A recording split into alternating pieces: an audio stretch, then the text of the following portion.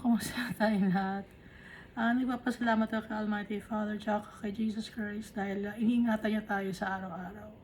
Hindi naman na tayo makakapag-internet or makakapag-record or kung kayo anong ginagawa niya dyan. Dahil yan sa pag-iingat ni Almighty Father sa atin. At kung may mga dinadanas man tayo ng mga pagsubok sa buhay, dun matetest yung patience natin. Yung kung mag-endure ba tayo. At kung magiging mas malapit pa tayo kay Almighty Father tsaka kay Jesus Christ. At lagi natin tatandaan na anak tayo ni Almighty Father, kaya mahal na mahal niya tayo. Lahat ng bagay, no? All things work together for good to those who love the Lord. Lagi nating iisipin yun. Kasi yun ang totoo. Na mahal tayo ni Almighty Father. Kung si Jesus nakaranas siya ng mga pasakit sa buhay nung nandito siya sa mundo, tayo pa kaya si Jesus yung ating example. Siya yung pattern natin, gagayahin natin. Pero yung mga pinagdaanan ni Jesus, hindi naman natin mapagdadaanan yung ganun kahirap, no? Yung wala nang pagpapapako ngayon, kung meron pa bang pinapako ngayon? Si Jesus na nakaranas nun. Doon galing yung word na excruciating pain. Di ba yung root word is crux? Ibig sabihin ng cross. Kaya excruciating pain dahil yung pagkakapako sa cross, napakasakit yon. Kaya doon galing yung word na excruciating pain. Na sobrang sakit. Napagtagumpayan ni Jesus yan. Kaya purihin natin si Jesus Christ. At pasalamatan. Ipagmalakasan natin. Kung may mga chismis dyan, pinagmamalakasan natin. Yung mga kasiraan ng mga tao, pinagmamalakasan natin. Para hindi natin na i-announce natin sa buong mundo yung kabaitan ni Jesus Christ. Yun ang i-announce natin. Yun ang sabihin natin sa mga tao, hindi mga kapangitan, no? Minsan check ko yung yung social media ko. Pag check ko yung mga posts, 3 years kong post sa Facebook, sinabi ko nakakaya naman ito mga pinagsasabi ko nga ito. Ano ba ito? Binubura ko na lang. Nakakaya. Hindi ito nakakatulong sa tao. Kaya nakakaya. Binubura ko. Ba't sasabi ko to? So pag binago na tayo ni Almighty Father tsaka ni Jesus Christ, maintindihan natin mga ginagawa natin noon. Parang nakakaya naman yung ginawa ko na yon, no? Nagawa ko pala yon. Kaya tayong lahat, no, wala sa atin ng malinis. Kahit ako, hindi rin ako malinis. Baka kasi sasabihin nyo, holier than thou, nagpapakagaling ka, nagpapaka-holy ka ba? Hindi, madumi ako. Dahil kay Jesus Christ, sa awa niya, kaya lang tayo masisave.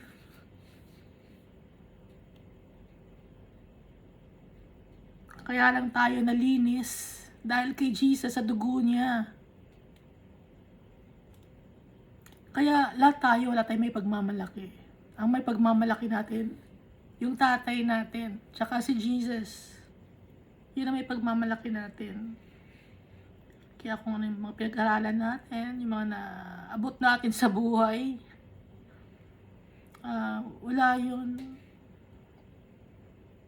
Panandalian lang yun. Temporary lang. Ang forever, si Jesus Christ at si Almighty Father. Kaya yun ang ipagmalakasan natin. At dahil mahal natin ng tatay natin at si Jesus Christ, i-share natin sa ating mga kapatid.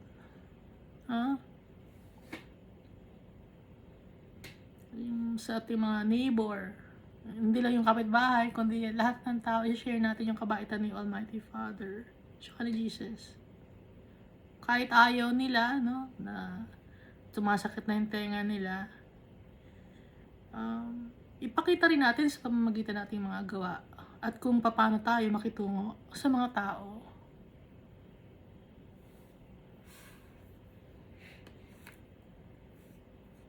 So last time ang binasa natin was Revelation chapter 18. So dito, no, yung Babylon, ito yung buong mundo. Hindi lang ito yung Babylon sa Iraq ngayon, sakop ng Iraq. Hindi yon. Yung Babylon, itong mundo. Ang Armageddon, ito ring mundo na to. Ang harlot, tayo na mga tao, lahat tayo. Makasalanan. So tatandaan natin yung mga sign, ulitin ko yung sign, no. Pag nakakarinig na kayo ng may mga na-experience ng calamities, tapos baka sabihin nyo, lagi-lagi naman may mga calamities, di ba? May bagyo, may lindol, hindi na natapos. Ang doon, isa pa doon, yung dalawang witness. Aantayin natin yan. Pag may dalawang witness na kayong nakita or napanood na may inis kayo, dahil kaiinisan ng tao yon, yung dalawang tao na yon, kaiinisan ng mundo, yung tao na yon, yung mga dalawang tao na yon na witness na mga magbibigay ng testimony about kay Almighty Father tsaka kay Jesus Christ, kaiinisan ng mga tao yon. Dahil yon, yung mga sasabihin nila, lahat totoo, at masasaktan sa salita nila ang lahat ng tao. Pati na ang mga nag-claim na sila ay Christian. Dahil aminin man natin, may mga tao ngayon na nag-claim na Christian sila, pero may mga masama pa rin silang ginagawa. May masama pa rin silang nakaugalian. No? At pinagdidiinan nila ang tithes.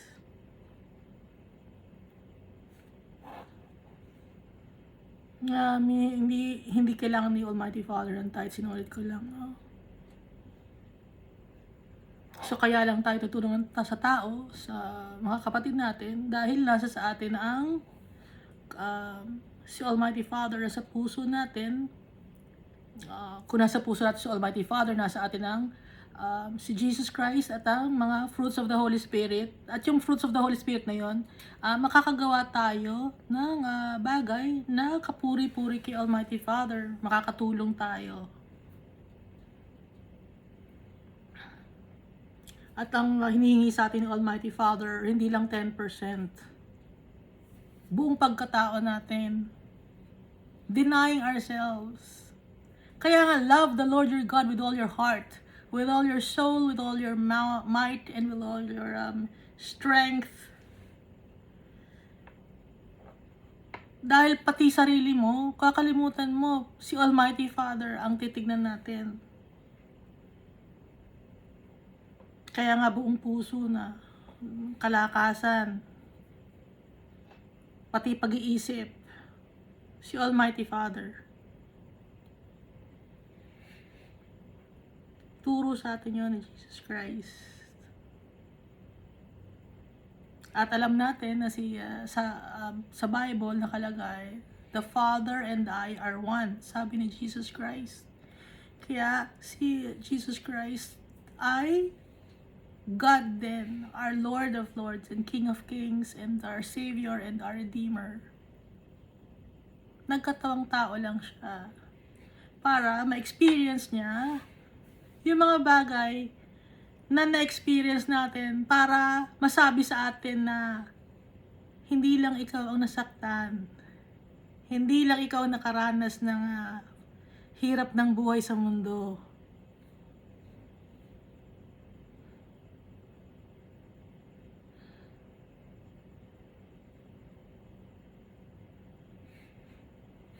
Kaya si Jesus Christ ang magja-judge sa atin. Dito sa Book of Revelation, no? Balikan na natin. So dito, may mga mark at saka isa pang sa sign is the mark of the beast. Pag naghihingi na ng mark of the beast, hindi ka naman pipilitin, kundi gagawa siya ng dahilan para magpalagay ka. Pero hindi ka pipilitin. Kasi may free will ang tao. Doon ipapasok ngayon sa Satanas yung free will, no? May free will ka. Hindi ka pipilitin. Pero hindi ka makakakain. Anong gusto mo? May mark ka o wala. Pero hindi ka naman pinipilit. Yun. Ha? So, pag dumating na yung oras na yun, wag na wag tayo magpapalagay. Dahil, kahit Kristiyano ka, nagpalagay ka ng mark of the beast, hindi ka na makakapunta in heaven. Kasi nag-decide ka na hindi ka magtitiwala kay Jesus Christ. Kasi palagay ka ng mark of the beast eh. So, inuulit ko, no, yung example ko. Kung yung natakot dati dun sa pandemic or sa nung year 2020 natakot kayo, mauulit-ulit yon pero mas matindi na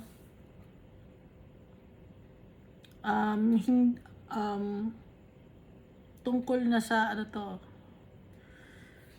sa hanap buhay mo. Hindi ka makakabili, hindi ka makakapagbenta, hindi ka matatanggap sa trabaho. So, ang mga buhay ng mga Kristiyano, sa time na yun, ay magiging maliit na mundo. So, dun ngayon, matetest yung patience and endurance ng mga Christians or true followers of Christ. Wala akong nakita na rapture dito sa Book of Revelation. So, rapture was coined by John Darby.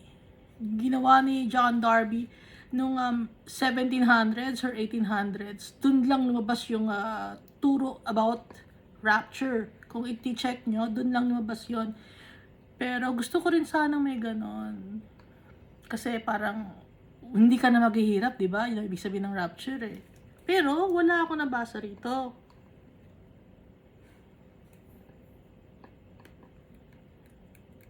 So, tribulation talaga. Birth pains. Itong napakahirap na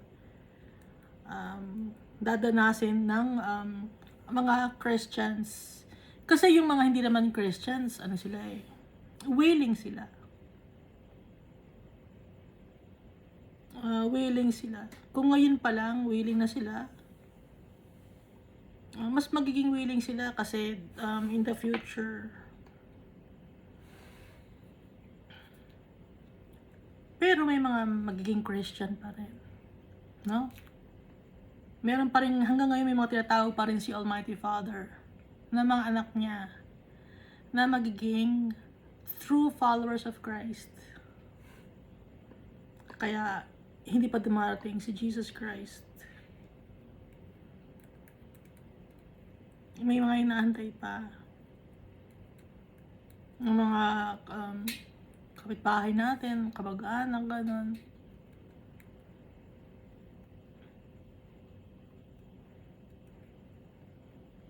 Tapos dito sa Revelation chapter 18.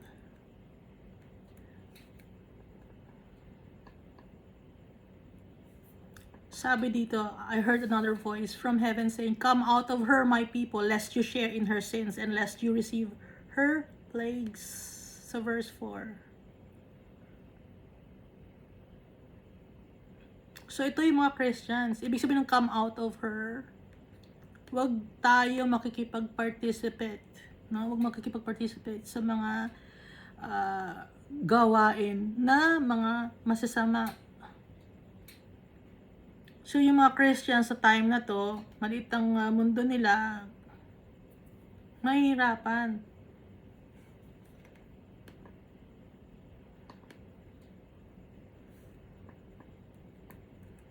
Dapat tiisin ng mga Christians.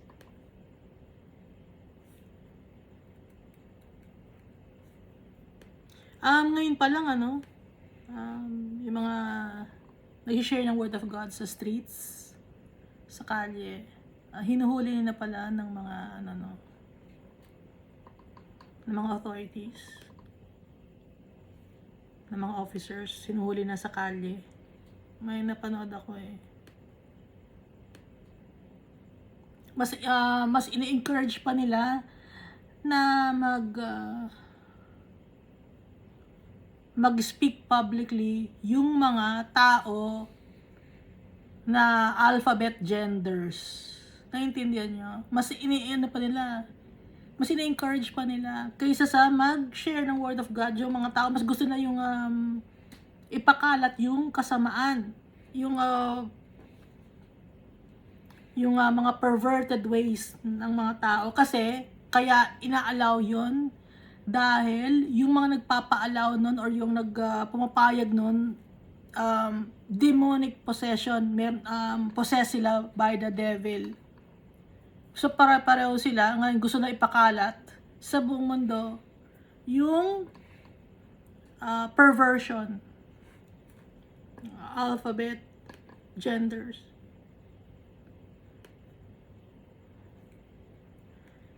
Mahal natin, no, yung mga taong kasali sa alphabet genders. Naawa tayo sa kanila. At tatanggapin sila ni Almighty Father kung magpapakumbaba lang sila.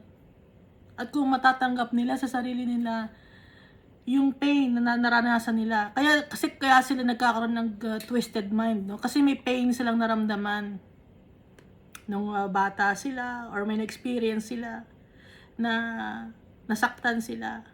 Kaya gusto nilang mag-change ng gender, wala na silang gender. May mga ganon. Ano tawag doon eh? Non-binary, binary, fluid. Meron ba yung gender fluid? Ibig sabihin naman yung gender fluid kung ano raw ang gusto niya. Magmagulo, di ba? Kasi nga, si Satanas, sinisira niya ang utak ng tao. Sinungaling siya.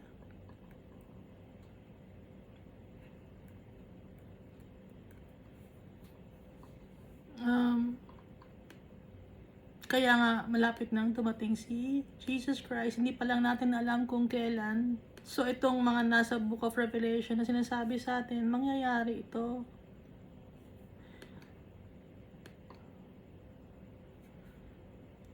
Sabi nung harlot, I sit as queen and am no widow and will not see sorrow. So, prideful.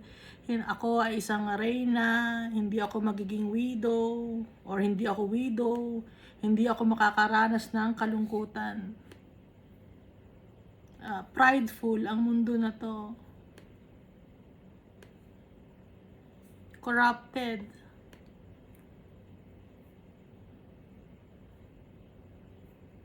Kaya ang gagawin ng Almighty Father, isiraan niya yung mundo na to para maipakita niya sa mga tao na siya ang pinaka-powerful sa lahat.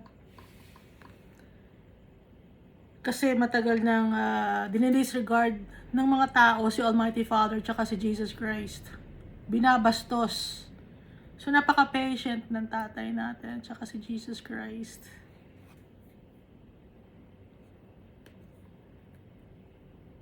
So pag nasira ang mundo na to, ang economy wala na rin, no? Kasi itong mundo na to, lahat-lahat nabebenta. Kahit ng katawan ng tao at ang kaluluwa ng tao, nabebenta, nabibili ng pera.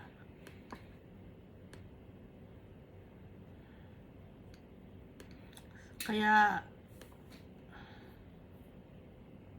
kahit napaka-opulent ng mundo na to, sa tingin ng tao, kung sisirain ni Almighty Father ang mundo na ito, napakabilis. Kaso nga lang, mahal niya ang mga tao, kanyang mga anak, mahal niya, at iniintay pa, may mga iniintay pa na magiging followers of Christ.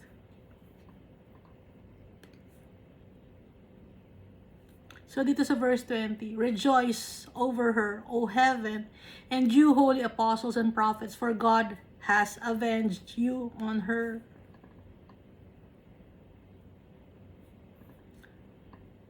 So dapat na maging masaya yung mga saints, yung mga followers of Christ, kasi naparusahan ang mundo, pinagtanggol tayo ni Almighty Father. Dahil mga anak niya tayo, ipagtatanggol niya tayo. Simula't simula, no? Dun kay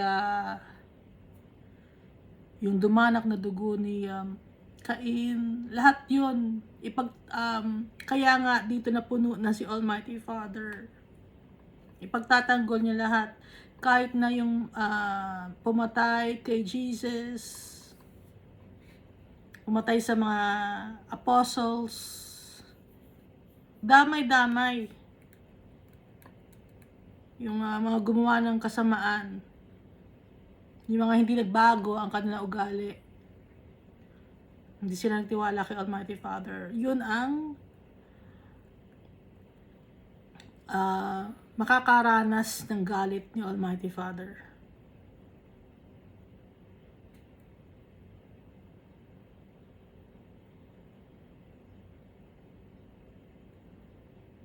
Kasi ang mundo na to guilty sa paggawa ng kasamaan.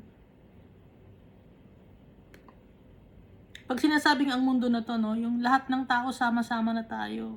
Pero damay-damay, pero kung lalapit tayo kay Almighty Father, hindi tayo masasakop sa kanyang galit. Dahil nagpapakumbaba tayo kay Almighty Father, hindi tayo masasakop doon. Hindi tayo matadamay. Dahil papatawarin niya tayo. At napatawad na niya tayo. Kung tayo Christian na ngayon, napatawad na niya tayo. So yung mga makaka-experience ng galit ni Almighty Father, yun yung patuloy na gumagawa ng kasamaan or kalokohan. So verse 19 na tayo, Revelation chapter 19.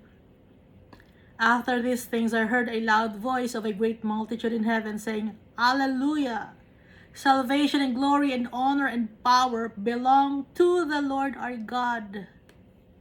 So may malakas na boses, nagsabi, Hallelujah!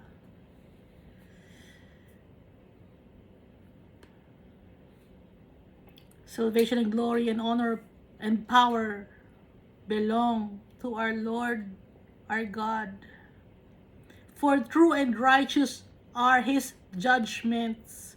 Kung mag-judge si Almighty Father, totoo, katanggap-tanggap at tama. Because He has judged the great harlot who corrupted the earth with her fornication. Hinusgahan niya ang mundo, yung great harlot, na nag-corrupt sa mga tao para makisali sa kanyang paggawa ng kadumihan. Kaya laging sinasabing fornication or harlot siya. Kasi nga, alam naman natin na yung pag-prostitute, nagbebenta ng katawan, lagi may kabayaran. No? Hindi walang kabayaran yon, laging may kabayaran. Or kung hindi ka naman nagpapabayad, ang gusto mo naman ay validation ng tao. So yun ang bayad, yung validation ng tao. Yung iba, ang bayad sa kanila, pera. Okay? So yung mga tao, example o pinakamadali sa internet, may makikita ka doon na may mga lalaki at babae na nagpapakita ng kanilang mga katawan kasi gusto nila ng validation. May mga nagmumura or feeling cool o kaya nagsasalita ng mga masasama, nagchichismis. Kasi nga, kailangan nila ng validation. And at the same time, yun din ang kanilang trabaho. So may kabayaran. Yung kanilang paninirang puri, may kabayaran yung masamang mga ginagawa nila. Or kung hindi ka naman sa internet, magkakaibigan kayo, nagchichismis-chismisan kayo. Kayo mismo, may pagchichismisan kayo isang tao, binavalidate nyo ang bawat isa. No?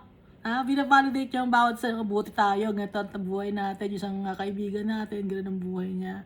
So kayo mismo nag-validate kayo. Masama yon kasi naninira tayo ng kapwa-tao natin. Iniisip natin na mas magaling tayo kaysa sa ibang tao. Ayaw ni Almighty Father nun. Mapagkumbaba ni Almighty Father tsaka ni Jesus Christ. Kaya kung tinataas mo ang sarili mo,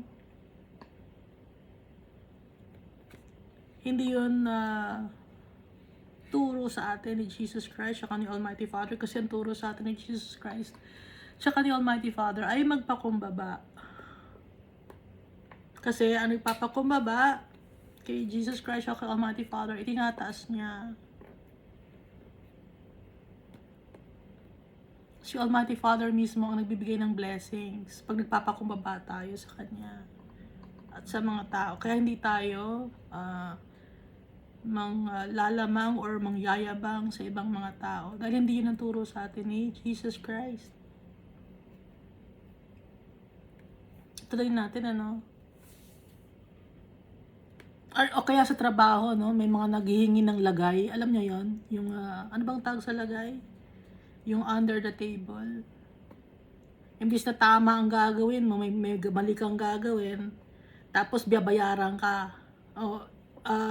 Another form of fornication na rin yon, kahit hindi ka nagbibenta ng katawan ng tao. Pero yung moral mo naman, or yung values na tama, isinasantabi mo just to gain money, just to gain fame, just to gain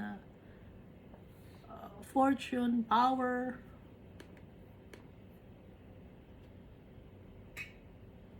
So tuloy natin, and he has avenged on her the blood of his servants and of his servants shed by her.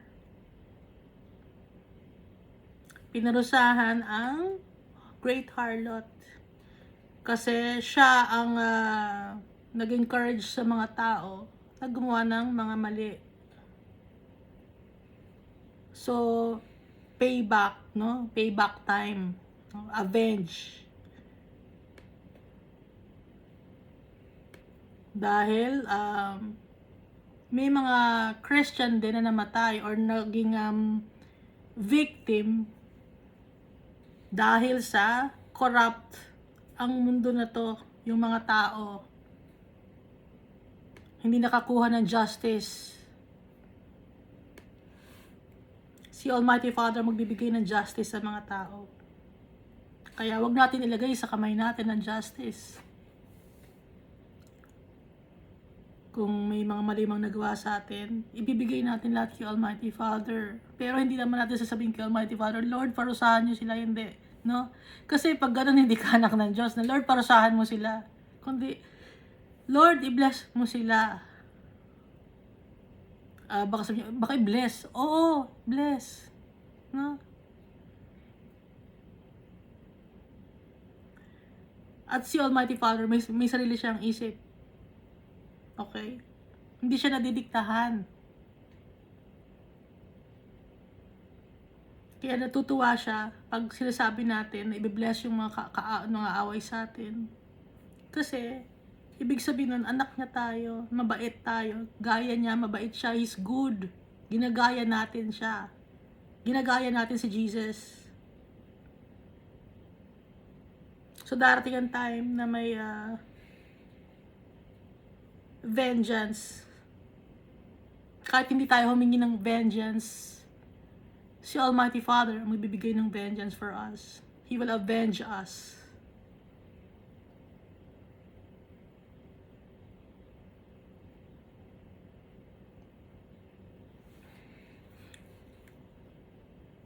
He has avenged on her the blood of his servants and shed by her. Again they said, Alleluia, her smoke rises up forever and ever. So, ibig sabihin ng smoke rises up forever and ever. So, sira na nga yung Babylon, no? Hindi na maipagmamalaki ang lugar, ang mundo. And the 24 elders and the 4 living creatures fell down and worshiped God who sat on the throne, saying, Amen. Hallelujah. So amen means truly, no? Truly, a hallelujah. Then a voice came from the throne saying, Praise our God, all you his servants and those who fear him, both small and great. Kayong mga servants ni Almighty Father, purihin siya. Kayo na mga may takot sa Kanya, purihin siya. Si Almighty Father. Kasamang nagpupuri yung 24 elders. So alam natin yung 24 elders, no? Hindi pa natin nakompleto yung 24 elders. So ito yung 12 apostles. Siyempre wala si Judas Iscariot, no? Ang kapalit ay si Matthias. Baka sabihin niyo, ba't kasama si Matthias? Hindi namin kilala. Hindi nga ninyo kilala si Matthias, hindi natin kilala si Matthias, pero kilala siya ni Jesus. Yun ang importante.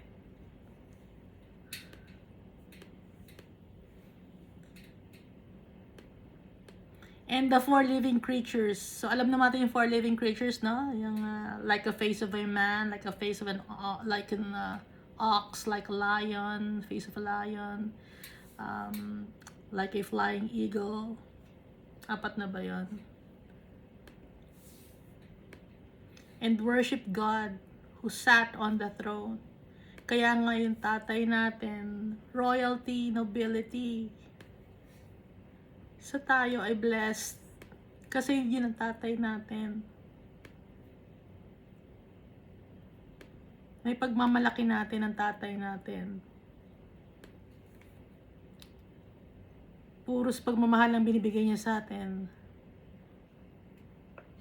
Kahit hari siya, kahit king siya. Saan tayo makakakita ng gano'n na king? Binigyan tayo ng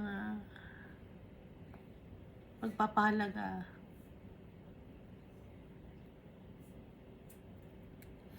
Binigyan tayo ng tunay na pagmamahal. Tatay natin.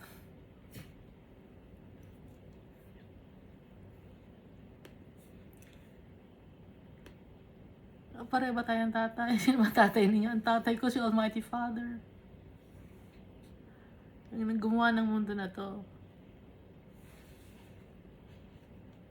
And I heard, as it were, the voice of a great multitude, as the sound of many waters, and as the sound of mighty thundering, saying, Hallelujah! For the Lord God omnipotent reigns.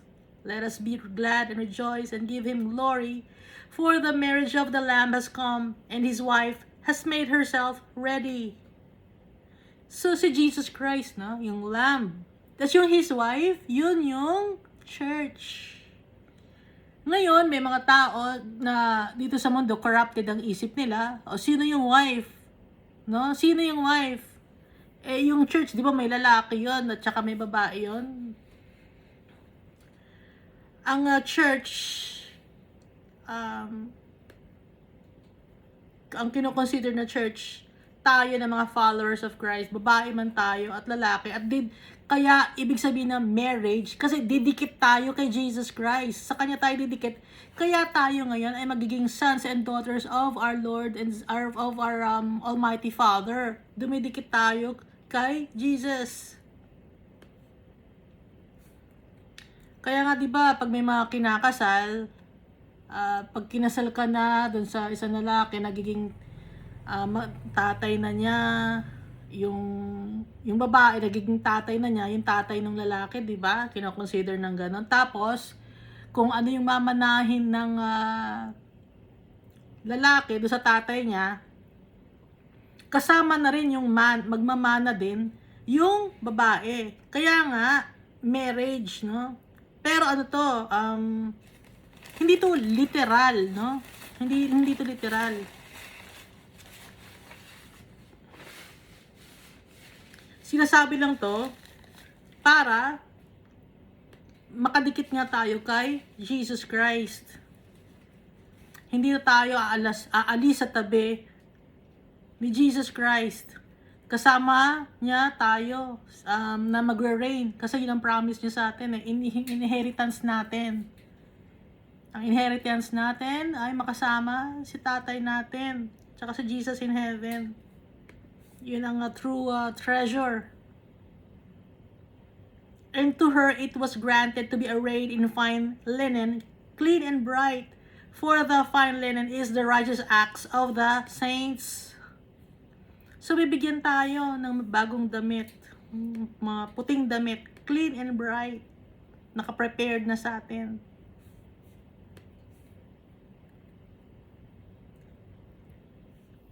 Kasi for the fine linen is the righteous acts of the saints, or correct na gawain ng mga tunay na anak ng Diyos. Mga saints, yung mga nag-endure, naging patient. They didn't love their lives here on earth. Mas mahal nila si Almighty Father. Kaya natatawag silang saints. Tayo, darating ang panahon na tawagin tayong saints. Hindi kailangan na may magbindisyon, no? Hindi, saint yan. Para maging saint, kailangan makagawa ng milagro yan. Pag hindi nakagawa ng milagro yan, hindi natin gangiyak. Saint. May ganun, ano? Kay Almighty Father, hindi. Lahat tayo, pag followers niya, ni Almighty Father, saints tayo. Kinoconsider niya tayong saints. Siya mismo, hindi tao ang magde-declare. Tatay mismo natin. Then he said to me, "Write, blessed are those who are called to the marriage supper of the Lamb." Isulat mo, pinagpapala or pagpapalain ang kasali sa celebration or sa marriage supper of the Lamb. Kasi celebration ito marriage supper. Di ba pag may kinakasal, may celebration. Yun yung celebration. Magsi-celebrate.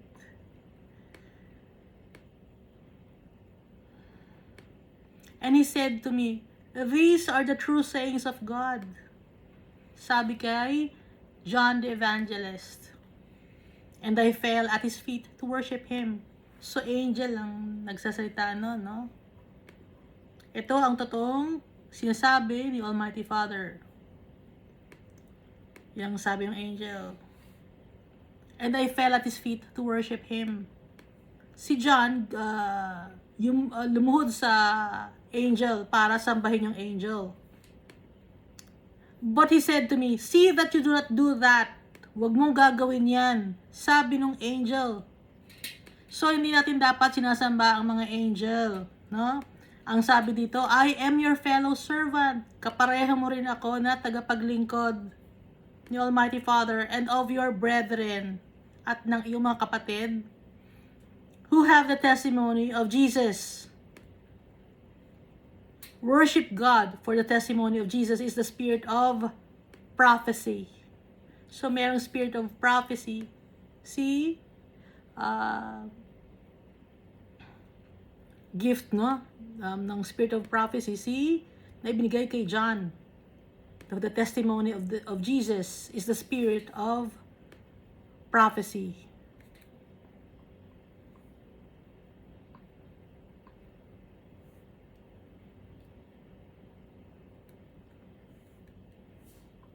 Dito ang nakalagay sa ibang version. Then I bowed down at the angel's feet to worship him. But he said to me, "Do not worship me. I am a servant like you and your brothers who have the truth of Jesus. Worship God, because the truth about Jesus is the spirit that gives all prophecy." Kaya hindi natin dapat sinasamba yung mga angel, nagsasalita. Ano mang dinadasal natin? Ng mga bata pa tayo. Hindi natin dapat nagdadasal sa angel. No? So, sino ang dadasalan natin? Si Almighty Father tsaka si Jesus Christ. Through the power of the Holy Spirit. So, pag nagsasalita ka ng angel prayer, guardian angel, bata pa tayo, natuturuan tayo, mali ang turo na yon. Angel of God, my guardian dear. Mali yun, hindi yun. Kasi yan nakasulat nga rito sa Bible. No? So, saan galing ngayon yung turo na yun na sinasamba ang angel? Mali yun. Hindi nagbabasa ng Bible, yung nagturo nun. Kasi nga itinago itong Bible ni Diocletian, isang Roman emperor. Pinasunog niya lahat ng Bible.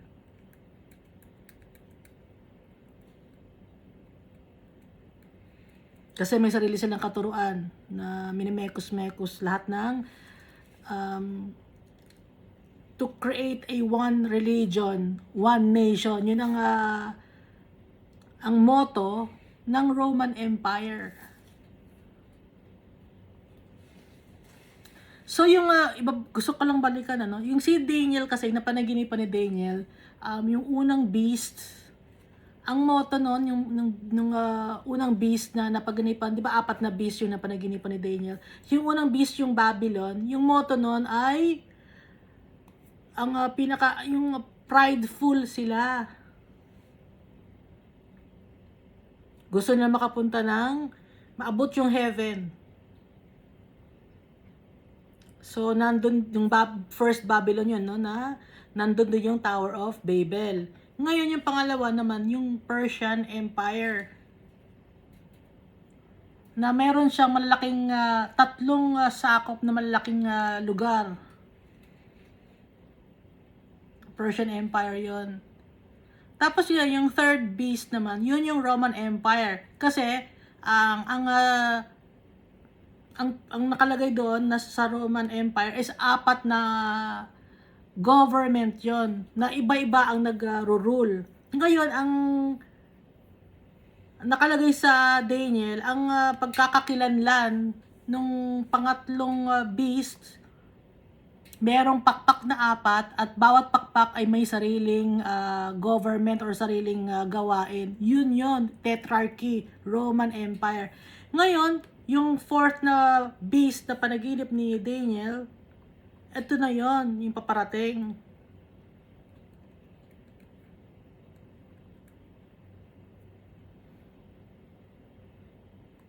Hinanap ko kasi ang napakadaming empire na lumabas sa internet. Maraming Ottoman Empire, Mongol Empire, ni Genghis Khan. Hindi pala yon. Kasi yung unang 3 beast na nakalagay sa Bible na panaginip ni or vision ni Daniel, nakapagbago ng mundo yun eh. Malaking pagbabago ang ginawa nun sa mundo. Ngayon, itong parating na beast na mas nakakatakot, may gagawin din. So, ang theme lahat ng empire na yon ay puro pride. Pagyayabang. Pagpapakalat ng kasamaan. Ang maging angat sa lahat. So, lahat ng mga gustong umangat, ibinababa ni Almighty Father. Pag nagiging prideful ang tao, kaya nga tayo, dapat hindi tayo maging prideful.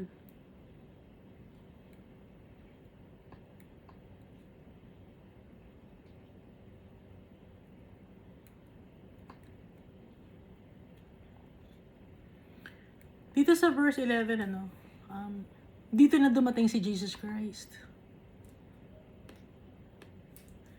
Now I saw heaven opened, and behold, a white horse.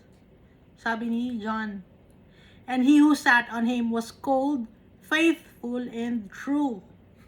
Si Jesus Christ ito. Faithful and true. Faithful siya kay Almighty Father. Faithful din siya sa kanyang mga salita at faithful siya sa atin. Totoo siya kay Almighty Father. Totoo siya sa atin. Totoo ang kanyang mga sinasabi. Walang kasinungalingan. Kaya faithful and true. And in righteousness, He judges and makes war. Kaya siya, sa kanyang kabutihan, sa kanyang righteousness, at mga ginawa niya ng mga tama lahat, wala siyang maling nagawa.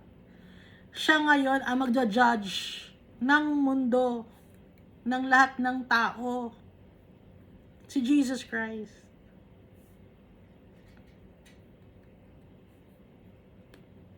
Makes war. Ang kalaban ay ang kasamaan. Baka kasi sabihin niyo, bakit nakikipaglaban? Bakit may war? Ang kalaban ay kasamaan. Mga kaugalian or gawain ng mga masasama. Matitigil. Papatigilin ni Jesus Christ. His eyes were like a flame of fire. Kaya, like a flame of fire ang mata ni Jesus Christ na pagkaka-describe dito. Kasi, pag tumingin si Jesus Christ, kita lahat. Hindi ka makakatago. Kitang-kita ang puso mo. Kung anong nasa isip mo, alam niya. Kaya nga, yung eyes niya, correct, no? We're like a flame of fire. Kasi alam naman yung flame of fire, sumusunog yon ng mga peke, or fake, or yung hindi totoo, or yung mali.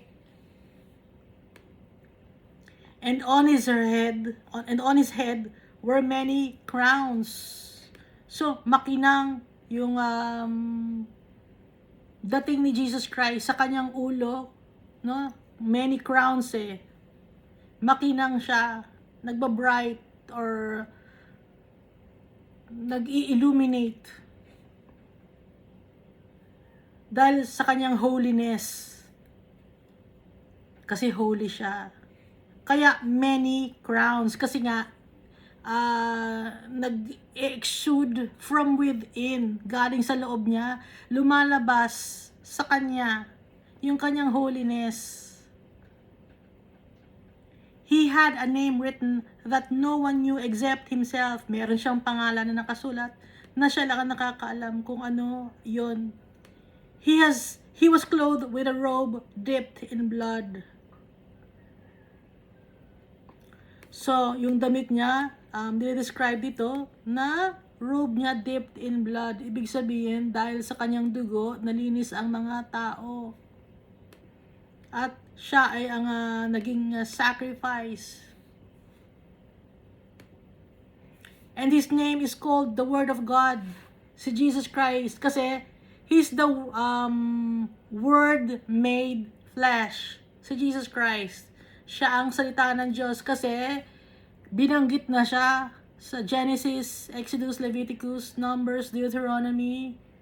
Hindi ko nakabisado. Sa lahat ng book sa Bible, binanggit si Jesus Christ.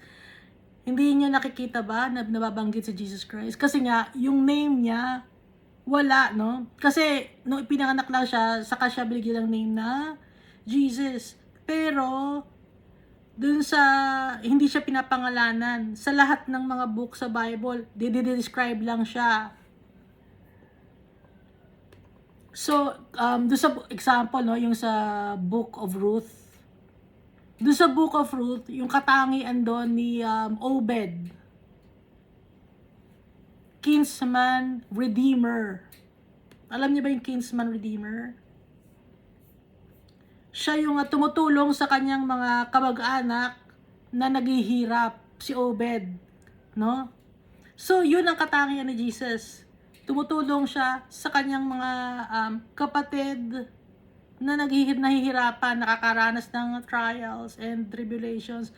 Katangian ni Jesus yun. Kaya, nasa Bible, lahat si Jesus Christ. Bawat isa sa Old Testament, lahat doon. At nandun din sa prophecy yung pagdating ni Jesus Christ. Yung Ark of the Covenant, si Jesus Christ din yun. Okay? May nakakaintindi kaya sa akin?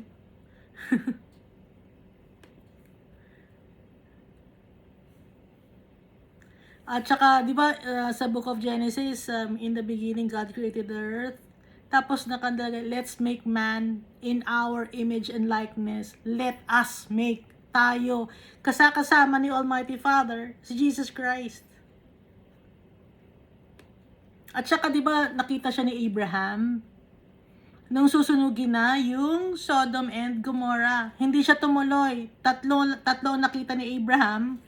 Yung isa, naiwan kay Abraham, kausap niya. Tapos yung dalawang angel, tumuloy sa Sodom and Gomorrah. Si Jesus Christ, yung isa doon, hindi siya tumuloy sa Sodom and Gomorrah dahil napakadumi. Hindi pa niya oras para makasalamuha sa kadumihan ng mundo na masunog ng Sodom and Gomorrah. So si Jesus yun. Andun si Jesus.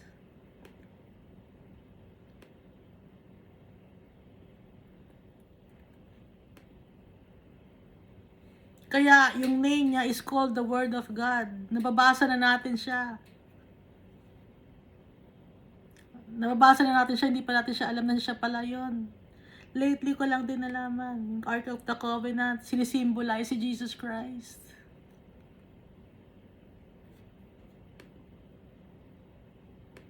And the armies in heaven, clothed in fine linen, white and clean, followed him on white horses. So yung mga army ni Jesus Christ, ang damit maganda rin, malinis, white and clean. Dahil nalinis na ang dugo ni Jesus Christ ang kanyang mga armies. So tayo yon, followed him on white horses. Now out of his mouth, sa bibig ni Jesus, no, goes a sharp sword. Baka i-visualize nyo, may lumalabas na sword sa bibig ni Jesus Christ. Ibig sabihin ng sharp sword na to ay yung kanyang salita. His words. Sharp. Magsalita lang si Jesus, powerful na yon. Marami nang masisira. Hindi kailangan ng physical sword, no?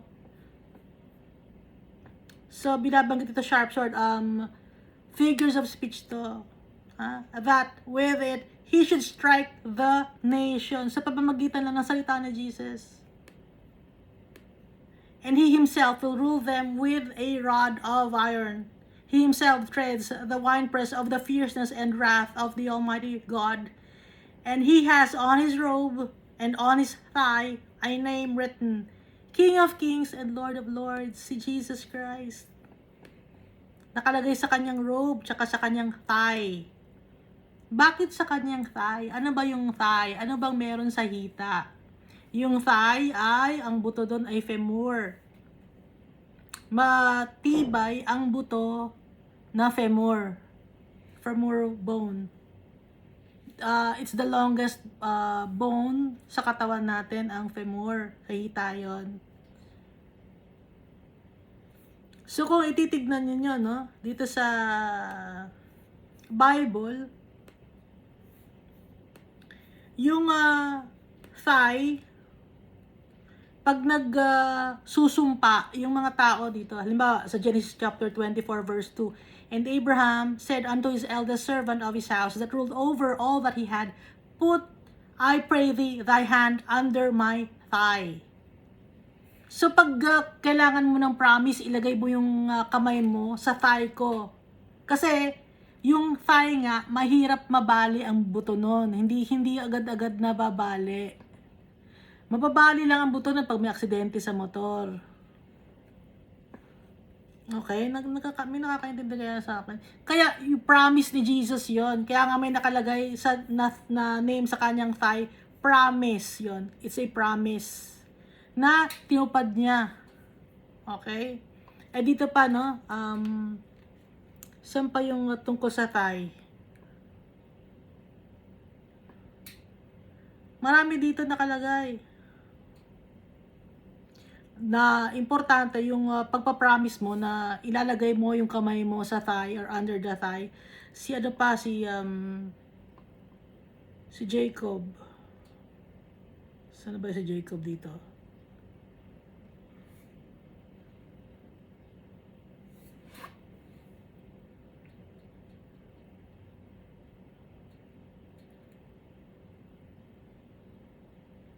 Yung nag-promise na isama yung kanyang bone.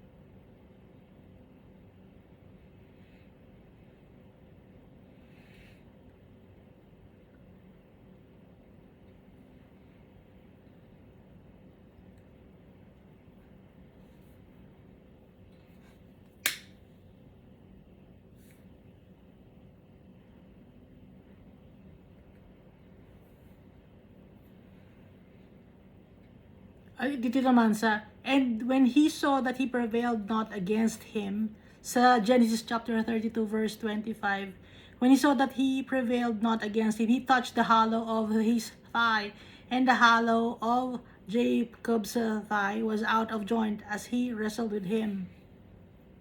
So, importante yung thigh pag binabanggit sa Old Testament dito sa Bible.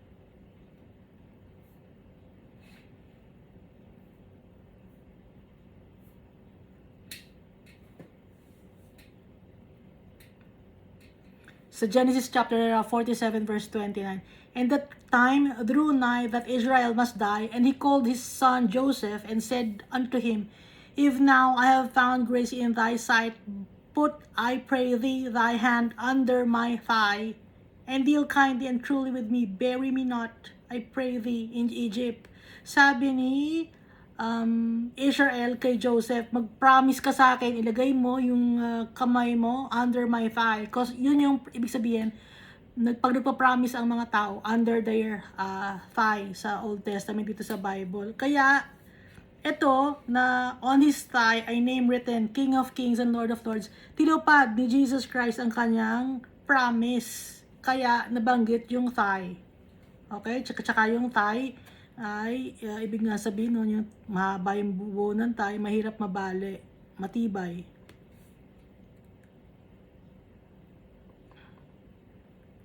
So verse 17, then I saw an angel standing in the sun, and he cried with loud voice, saying to all the birds that fly in the midst of heaven, come and gather together for the supper of the great God, that you may eat the flesh of kings, the flesh of captains, the flesh of mighty men, the flesh of horses and of those who sit on them, and the flesh of all people, free and slave, both small and great. Sinabi ng angel sa mga ibon, hindi kayo, mag-gather kayo, andito, yung flesh ng mga tao, o yung laman ng mga tao, pwede nyo nang kainin. Sabi ng angel, sa mga birds, iba't ibang klaseng tao. Kasi natalo sila ni Jesus Christ. Natalo ang beast.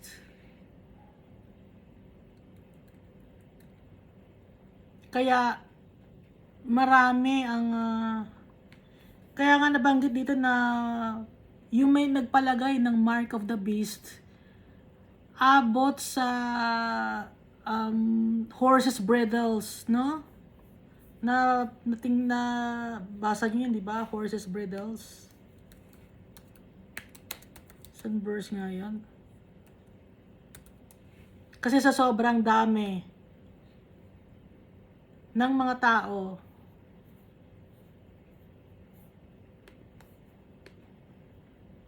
anong verse nga yun?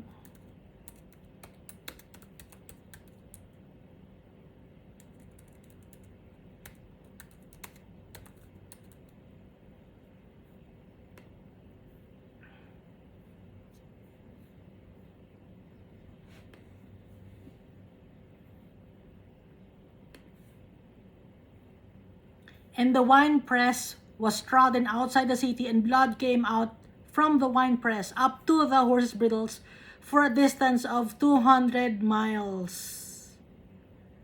Ganun kadami yung mga taong napuksa na sila kasi ay merong mark of the beast.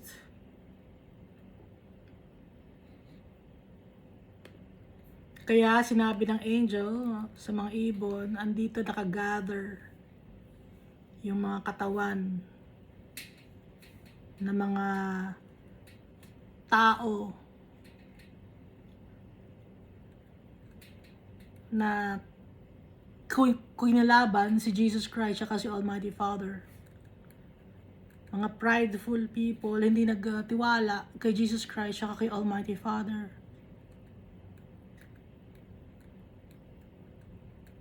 Sila yung harlot, Babylon. And I saw the beast. So nakita ni John yung beast. Kayo nang mag-research kung sino ang beast. Pero ang mundo, alam na nila, no? Yung may mga nakakaalam na eh. Yung mga meron lang tao nagbubulag-bulagan, no? And I saw the beast, the kings of the earth and their armies gathered together to make war against him who sat on the horse and against his army. Makikipag-away yung beast. Kahit na mukhang tao siya, beast ang tawag sa kanya dahil hindi tao ang kanyang ugali. Ugaling hayop siya. Walang pagpapahalaga sa buhay ng tao. Dahil ang nagko-control sa kanya ay ang dragon or si Lucifer. Yun ang kanyang Diyos. Then the beast was captured. Nahuli ang beast. And with him, the false prophet. Okay? So, alam natin na may darating na false prophet. False prophet yon ng beast. Kasi, yung prophet na yon, sasabihin ng prophet na yon, na kunyaring prophet siya, sasabihin niya na sambahin ang beast. Sambahin ang kanyang image or acknowledge nyo ang beast. Tama ang sinasabi ng beast. Magaling ang beast. No? So, tatlo sila. Inuulit ko. Yung dragon, yung beast, tsaka false prophet. Ginagaya nila si Almighty Father. Si Almighty Father, si Jesus Christ at the Holy Spirit. Gaya-gaya kasi si Lucifer, tinitwist nyo lagi yung kabutihan at ina-apply niya yon sa kanyang sariling gawain na masama. Then the beast was captured, and with him the false prophet who worked signs in his presence, by which he deceived those who received the mark of the beast and those who worshipped his image. So yung false prophet, magaling to, no? Mag-manipulate ng mga tao. Paano niya na-manipulate ang mga tao? Niloko niya ang mga tao para magpalagay ng mark. Yung mga tao naman, magpapalagay ng mark. Kaya hindi sila pinilit eh. Niloko sila. At nagpaloko naman ng mga tao, kaya hindi sila pinilit. Okay?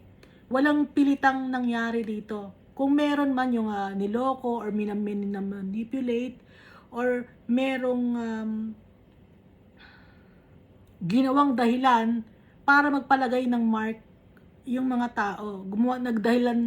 Naggawa ng kasinungalingan ang beast na sinuportahan naman ng false prophet. Magkakasama sila na gumawa ng kasinungalingan dahil ang kanilang leader ay leader ng kasinungalingan. Yun yung dragon, the great serpent of old na si Lucifer. So yung sign na ginawa ng false prophet, madaming graphics yon. Kaya nga nakita ni John ay isang lamb na may sungay na ang tawag ay ram. Kaya pinakita ni Almighty Father yung ram kay John the Evangelist. It doesn't make sense, no, kung bakit ram. Pero ngayon maintindihan natin kung bakit ram. Dahil ang RAM ay isang important component ng computer. Kailangan mataas ang RAM mo para maka-perform yung computer mo ng maayos, maganda yung graphics, mabilis, makatotohanan. Yun ang gawain ng RAM. Walang nakakaintindi sa akin. Baka sabihin bakit napunta sa computer. Kasi nga, si John, ang nakita niya ay RAM. Pero kung iisipin mo, bakit RAM? Kasi hindi pa alam ni John the Evangelist or John the Beloved kung ano yung computer yung time na yon. Okay? Kaya para tayo ngayon sa present time, para maintindihan natin, ipinakita kay John ang RAM. Kahit si John hindi niya maintindihan, ngayon alam na natin na kaya pinakita sa kanya yung RAM is because yung computer may component na RAM. Gusto kong sabihin sa inyo kung anong ibig sabihin ng RAM, no? Random Access Memory, na ang gawain nito, hardware to, importante to. Kahit na temporary storage siya, kailangan mataas ang RAM mo. Ito, it's one of the fundamental elements of computing. RAM is a temporary memory bank. Temporary lang siya, pero importante siya. Do nare-retrieve o nare-write in any order to support real-time computer and mobile apps. Computer memory siya, no? Na nakakapag-retrieve or nakakapag-write in any order to support real-time computer and mobile apps. So, alam natin, real-time. Mobile apps na, computer pa, sa desktop. Okay? So, kaya importante yung RAM. Na hindi naintindihan ni John, ngayon naintindihan natin dahil nga, yung false prophet, ang pinaperform niya na sign, binigyan niya ng buhay yung beast, tsaka yung mark of the beast. So, yung mark of the beast, nasa katawan ng tao. Hindi nakakaintindi kayo sa akin.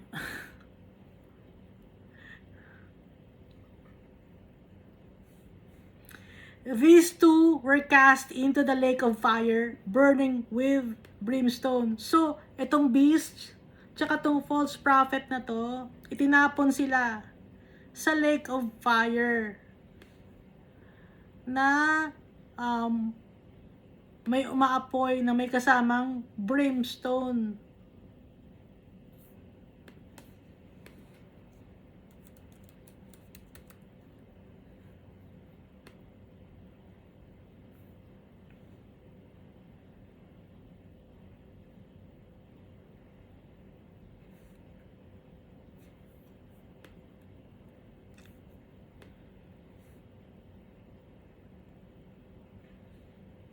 Fire and brimstone. Ibig sabihin may tumatalon-talon na mga lightning na mabaho.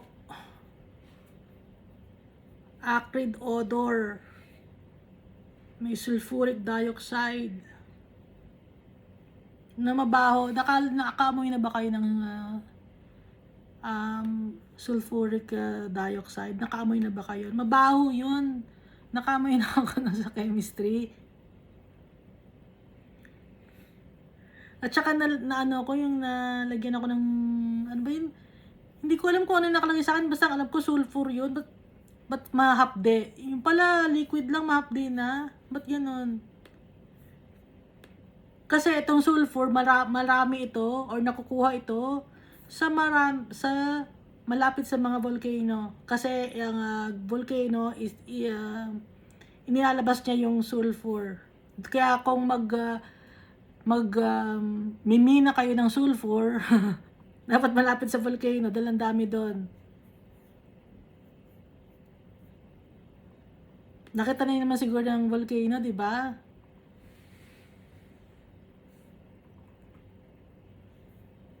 And the rest were killed with the sword which proceeded from the mouth of him who sat on the horse, and all the birds were filled with their flesh. So yung army ng beast tsaka ng false prophet, pinagpiestahan ng mga ibon. Yung flesh. Tapos, yung beast tsaka yung false prophet kasama yung kanilang katawan na itinapon sa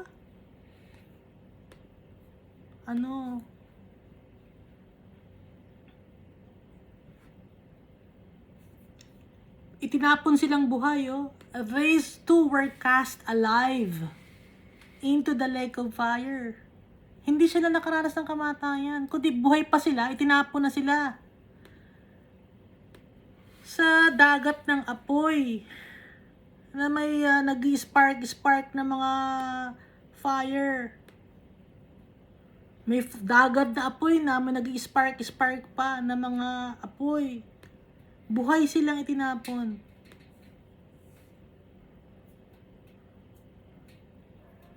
Hindi namatay physical.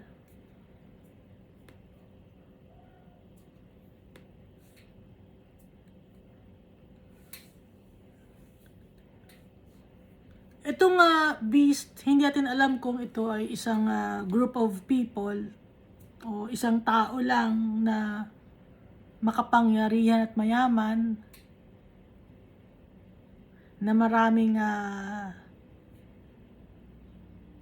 pera, na sobrang dami niyang pera eh.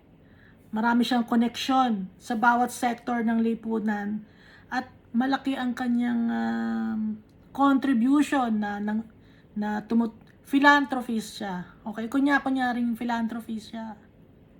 Para magpakilala siya sa mundo, para pagtiwalaan siya ng mundo. Pero nakapag siya yung nakasuot siya ng maskara or kunyari hindi siya totoo na mabait. No? Hindi totoo, pakitang tao lang. Kasinungalingan siya dahil ang tatay niya ay sinungaling din. Demonyo. At yung false prophet ay lalabas din yun. Hindi natin alam ang false prophet kung group of people to o isang tao lang o isang organization.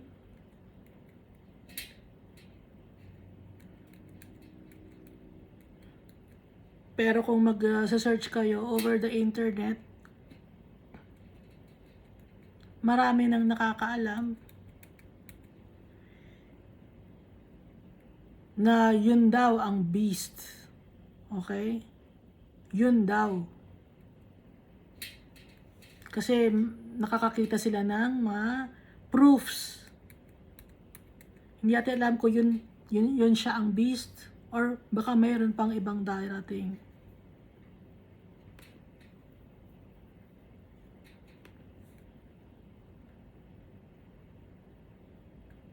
So yung army ng beast tsaka ng false prophet, ito yung may mga mark of the beast na.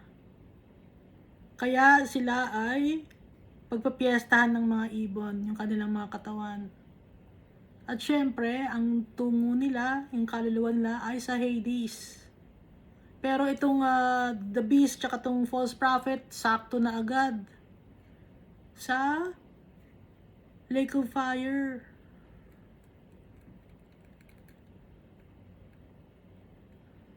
So, tayong mga Christian, panandalian lang yung ating paghihirap, no? Baka sabihin, hindi, habang buhay na ako, tagal-tagal ko na naghihirap, tagal-tagal nakaka-experience ng mga sufferings dito sa mundo, pero Christian ako. Oh, mabuti yun, ipagpatuloy mo na maging faithful followers tayo ng Almighty Father. Kasi, pag wala na tayo dito sa mundo na to, forever na tayo na magiging maayos ang buhay natin. Kay Jesus Christ at kay Almighty Father yung inheritance natin. Kasi nga, di ba, mayroong ang Christians, isa lang ang kamatayan, physical body lang, mga followers ni Christ.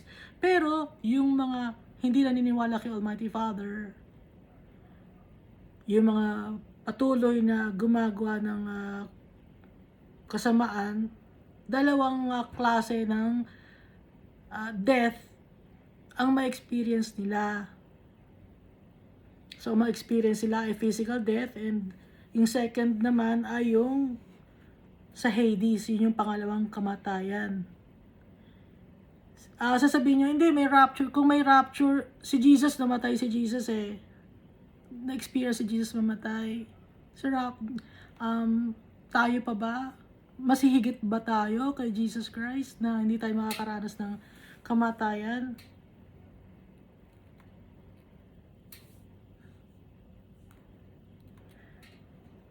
Namatay si Jesus pero nabuhay siya. Yun ang ating panghahawakan. Yung body man natin, nagde-deteriorate, naluluma. No, naluluma luma na ako. Naluluma tayo. Nabubulok yung body natin. Pero yung spirit natin, kay Almighty Father, tsaka kay Jesus Christ. Hindi tayo lamang kay Jesus Christ. Kaya nga, ipinakita na niya na huwag kayo na matakot, na pagbugyan ko ng mundo na to, na buhay ako. Tingnan niyo, buhay ako. Yun ang ibig sabihin ni Jesus, tingnan niyo, buhay ako. Hindi ako namatay, buhay ako. Isinample niya rin sa atin yun. Lahat na nga ng aspeto ng buhay natin, isinample ni Jesus.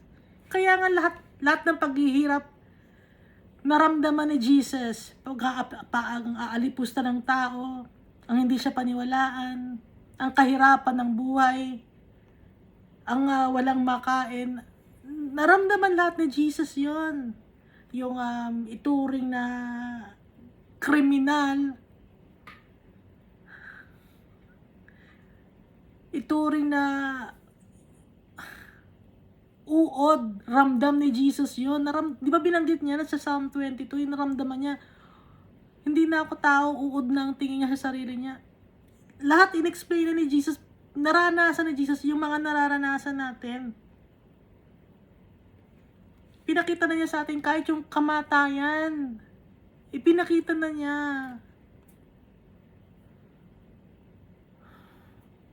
At napagwagian niya yon. Kaya nga siya hindi siya nagkasala kahit gano'n ang nangyari. Kaya siya ang judge natin. Ang mag-judge ng mundo na to. Nagkakaintindihan ba tayo? Kaya hindi tayo lamang kay Jesus. Servant niya tayo. Kung yung mga tao inaayawan si Jesus, tayo rin aayawan din nila tayo. Kung inaaway nila si Jesus, inaaway din nila tayo, di ba? Pero ano ang ginawa ni Jesus? So doon lagi tayo titingin. Kung anong tinatrato sa atin, titingnan natin ano ba ang ginawa ni Jesus. Para hindi tayo masaktan, no? Kasi tayo onion skinned. Onion skinned. Manipis ang balat, kunyari, manipis ang balat natin, pero ang kapal naman ng mukha natin, di ba? May masabi lang ang ibang tao, ay, nasasaktan na ako, hurt ako, broken na. Hindi gano'n si Jesus. Hindi siya pa-victim, okay? Sa madaling salita, hindi pa-victim si Jesus. Naranasan niya lahat ito, pero hindi siya pa-victim. Ano pa ang ginawa niya? Kahit gano'n ang ginawa sa kanya ng mga tao, minahal niya. So, yun ang gagayahin natin. Hindi tayo magiging pa-victim, hindi tayo magiging onion skin na, inapi niya ako. Kung may tao man na may karapatan na masaktan ng sobra-sobra, si Jesus yon. Inapi nila ako. Diyos ako ba't niyo ako inapi? Isa ako sa kasama ni Almighty Father nang ginawa niya ang mundo na to. Bakit niyo ako ganito? Hindi ganoon si Jesus.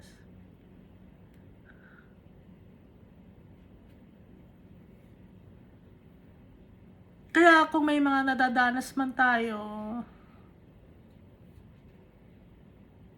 napasakit sa buhay na nahihirapan tayo, titignan natin si Jesus. Ano ba ang ginawa ni Jesus? Ano ba ang gagawin ni Jesus? Almighty Father, tulungan mo ko. Jesus, tulungan mo ko. Ganun.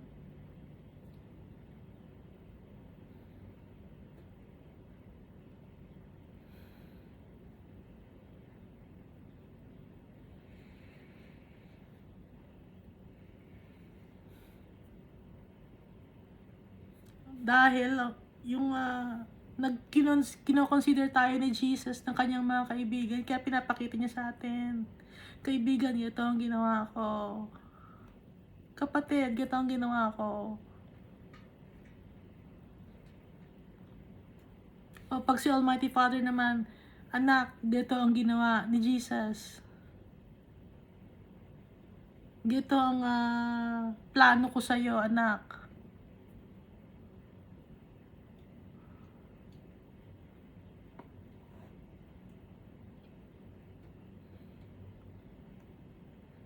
Kaya anong gagawin natin? Relax lang tayo. Dahil hawak ni Jesus ang mundo. Hawak ng tatay natin, yung Almighty Father, ang mundo. Ano ang magagawa sa atin ng kaaway natin? Anong magagawa sa atin ng mga salita ng mga tao? Wala. Dahil ang kasama natin, si Jesus, si Almighty Father, tagapagtanggol natin.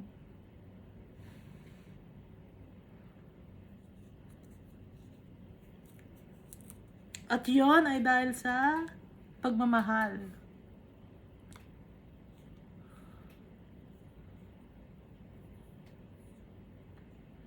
Kaya mahalin din natin yung tatay natin. Mahalin din natin si Jesus. At yung mga utos nila sa atin, mahalin ang kapwa-tao.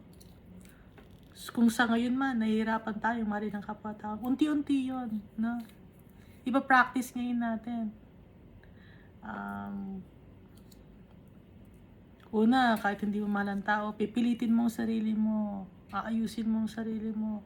Kasi kaya hindi mo kaya mahalin ang tao kasi may problema ka sa sarili mo. Ganon yon. Ha? Ngayon, kung wala na tayong problema sa sarili natin, kaya na natin mahalin ang kapwa-tao natin.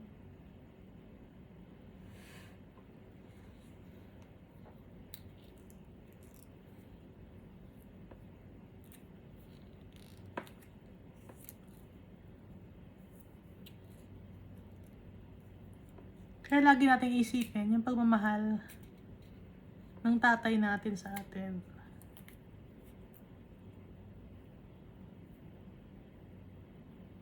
Hindi magbabago yun. Hindi magbabago si Jesus.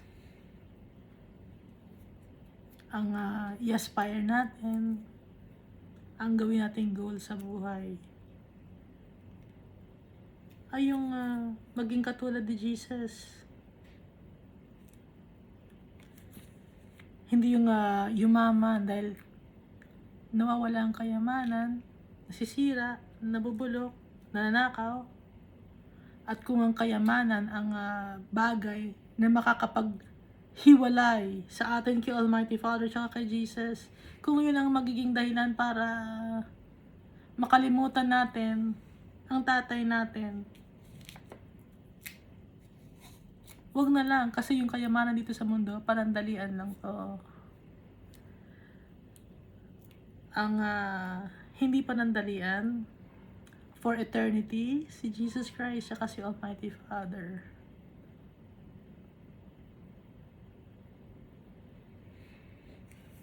Thank you, and God loves us all so much.